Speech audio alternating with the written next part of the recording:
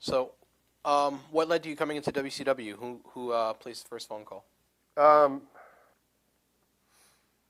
I had a conversation with Hulk probably in '97 or something. He called me, and he was slobbering all over himself about how he was going to do all kinds of great things over there, and like that I should just show up to go along for the ride. And I said, well, I'm really happy doing what I'm doing. I'm not interested in, coming over there just to go along for the ride. Making it very clear that, because he was talking about the authority he had over there to literally just write checks. Basically, is the way he was saying it. That they approached him, they wanted him in there, so he had the checkbook, and he could do anything. But also in the same sentence, telling me, but I'm thinking things through. I'm not necessarily just going to be wild with writing the checks. But I made it clear to him that if I was going to come over there, then it was going to be a pretty wild check. And we had that one conversation, and then Eric Bischoff ended up contacting maybe me, maybe my attorney out of New York. Do you think Hogan wanted you to come in just so he could get his WrestleMania 6 back, his win back? You? Yeah, I definitely agree. Yeah, I mean, is that sick? Yeah.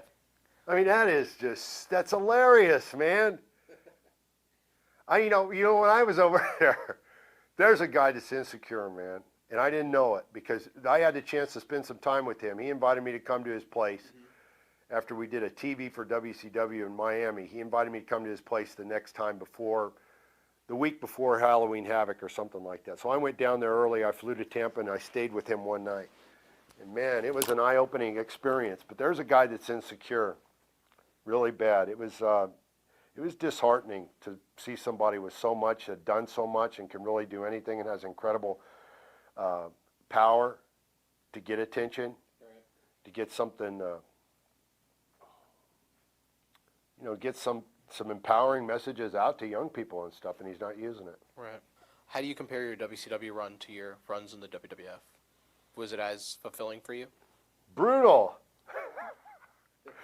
Come on, you thought you were going to catch me on that one? No. It was, Dynamite Kid used to say briz-utal, man. Right. That was briz-utal. I mean, that match with Hogan was the worst one, and it is ironic that I had one of my best ones and my worst one with him. I mean, they didn't put me in the ring. I had a 6-month contract. Let's see, when was it? Halloween Havoc, end of October. My contract ran till the end of November or end of December. Right. And after we had Halloween Havoc, the next night they were in Phoenix. Well, I lived in Phoenix, so it was, it was just a natural that I was going to show up there. They did the little spas at the end where I came in and, threw everybody out of the ring.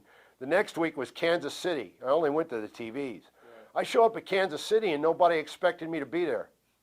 How'd you get the plane ticket then? The office, I mean, that's how, chaotic and unorganized the office was. The office had sent me a ticket to get there. So I got there and I wasn't, nobody expected me to be there. I tried to get to talk to Bischoff. He wouldn't talk to me. And for the next couple of weeks, I think I called, the number that I remember is I called 16 times. He wouldn't return my call. And all I asked him to do, I said to him, look, this doesn't make any sense. Put me in the ring. Let me work matches. My stuff can happen in the ring. It didn't make any sense. The kind of money that they paid me. And then for the last 2 months of my contract, of a 6-month contract, I didn't even work it. I mean, they didn't give the character an even opportunity. That was stupid. The first 15 minutes was a launching pad to do really great things. OWN was a great concept. Ultimate Warrior was already over as an intense killer. Right. I mean, I tore my bicep when I came back, and I was in the ring at Halloween Havoc 4 weeks later. There were guys that tore biceps and didn't show up for 6 months and still got paid for it. Right. So, there was nothing that I did to turn them off to the idea of using Ultimate Warrior in some way. They took OWN, which was a great concept. One guy can't do everything. I went under the ring after I did the 15-minute spiel, good versus evil and Hogan. We did the trapdoor thing. I went down there. I had to wait till everybody cleared out of the building. When I came back through the curtain, all the crew people were there. and they were congratulating me, saying, man, that was awesome. This is really great that, you're here and the way this thing turned out. Nobody from the office, Bischoff or Hogan or anybody, called me or nothing. I didn't talk to any of them.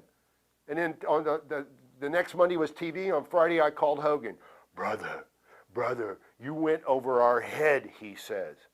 He got offended because I was working the gimmick out there in the ring. And they blew it. I didn't blow it. But look, again, only one guy can do one thing. They were already convinced after the first 15 minutes that this guy came back and made an impact that went over our heads. And that's not the plan we had. The plan is get him into a match with Hogan and let Hogan pin him so Hogan can feel good about himself. And, so the fact that I came back, it did something good. Do you think they automatically cut your legs out from under you the second you were on TV and they saw that your reaction? Yeah. The first 15 minutes was great, man. Did I have all the ideas? No. But it takes a team. It could have worked out really great. By then, too, entertainment had already, taken its provocative turn and was into degenerate behavior and, the signs and the this and the that and, the fat stuff, PHAT, whatever it is. I don't know. It's just a bunch of junk.